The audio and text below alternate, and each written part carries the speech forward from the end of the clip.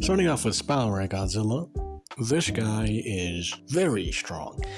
He is 3 supercharges, 3 evolutions stacked on top of a baseline that is already stronger than G19 himself. And this is the supercharged Godzilla, which I think is super awesome. Yeah, I like the G21 by himself is already stated to have a faster and more intense beam than G19. He also shows signs of evolution and retains energy from Mothra. So by all of these statements, G21 would actually be stronger than G19. G24 has 3 years of passive evolution and passive growth on top of G21 and has also had a development in his brain that makes him better for adaptation and combat. So basically his strongest base up until then. After that, he supercharges himself so intensely that he blows supercharged Godzilla out of the water with his new level of power. Then he completely absorbs the entirety of Tiamat Slayer energy, which is a bunch of solar winds that have been building up there for so long that they surpass the hollow earth in terms of energy stockpile. Godzilla supercharges himself a second time from this, develops new anti-ice abilities, gets a thicker skin, literally, and enhances his atomic breath power, atomic abilities in general, by over 20 times. He's also gotten proportionally faster and is stacking all of this on top of the power plant power, which had already given him the ability to use pulses with extreme ease. Going by the novelization, has even evolved his pulses to be electromagnetic. And then evolved Godzilla supercharges himself for the 3rd time, doubling his might and giving him the ability to use the spiral ray. While yes, it does look pretty cool, it is ultimately just a supercharged pink beam. Most of its power comes from the pink evolution already enhancing Godzilla's breath. So really, this is the Spiral Ray, and this is a supercharged Spiral Ray. Spiral Ray Godzilla is 3 supercharges on top of Godzilla's strongest base with an especially powerful breath, proportionally thicker skin. He's also a little bit proportionally faster. His multipliers would be 8 times physically more powerful and faster, over 60 times more durable, and his Spiral Ray would be 40 times stronger than a baseline Godzilla's atomic breath. Spiral Ray Godzilla is not to be trifled with. Burning Godzilla is Godzilla's most special amp, because unlike other amps, it's not just him metabolizing energy and using that to evolve his body to power himself up, either temporarily, as mainly a supercharge, or evolve his body. Both things are interchangeable, but it does seem like Godzilla can prioritize one thing over the other. Burning Godzilla is completely different. It is an overcharge, something only really achievable thanks to Mothra. It is a temporary state wherein Godzilla is distilled down to his most powerful essence. Watch the film, you'll see that when this sort of radioactive pulse explodes out of his body, there is a trace of Mothra's wing patterns in the energy bubble.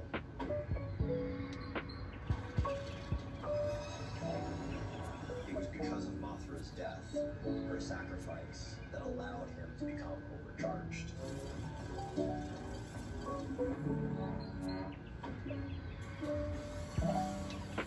So in a lot of ways, it's sort of a perfect symbiotic relationship between him and Mothra.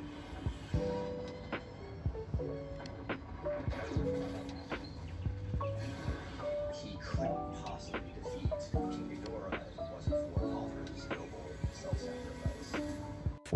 He's using the energy that he feeds off of as a weapon. So essentially it's Godzilla distilled down to its most powerful essence. Such a powerful essence that Godzilla could not have possibly defeated Ghidorah, meaning that if Godzilla had been allowed to metabolize Mothra's life force into a normal supercharge, that would not have sufficed for double-amped Ghidorah. Double-amped Ghidorah himself was somebody who had spent 54 seconds absorbing power from Mothra's life force, her vaporized, energized remains, Godzilla's power, which, while in his Dominion weakened state, is already rivaling the Hollow Earth, and a large country nuclear weapon. Absorbing this for over a minute alone would already be extremely impressive. It is even more so when you take into account that Ghidorah gets roughly a supercharged level buff, a doubling of his power from a mere electrical grid. Given the following multipliers, double amped Ghidorah is anywhere from hundreds to thousands of times stronger than his baseline, and Burning Godzilla treats him like trash, tanking all of his attacks, not even bothering to block or dodge, just melting through his flesh, tanking his death explosion, and burning him alive with his pulses. There is nothing Double Amped Ghidorah could have ever done to defeat Burning Godzilla, and nothing Godzilla could have done if he had not overcharged, if he had not become.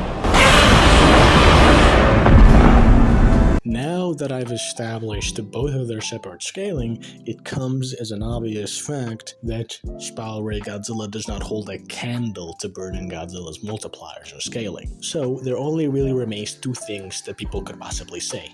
Ray Godzilla has more energy because he absorbed an energy source stronger than the Hollow Earth. This is untrue, given the fact that Burning Godzilla is harnessing Mothra's life force and Godzilla's own energy a lot more effectively and a lot more powerfully than a baseline Godzilla possibly could, than an evolved Godzilla possibly could.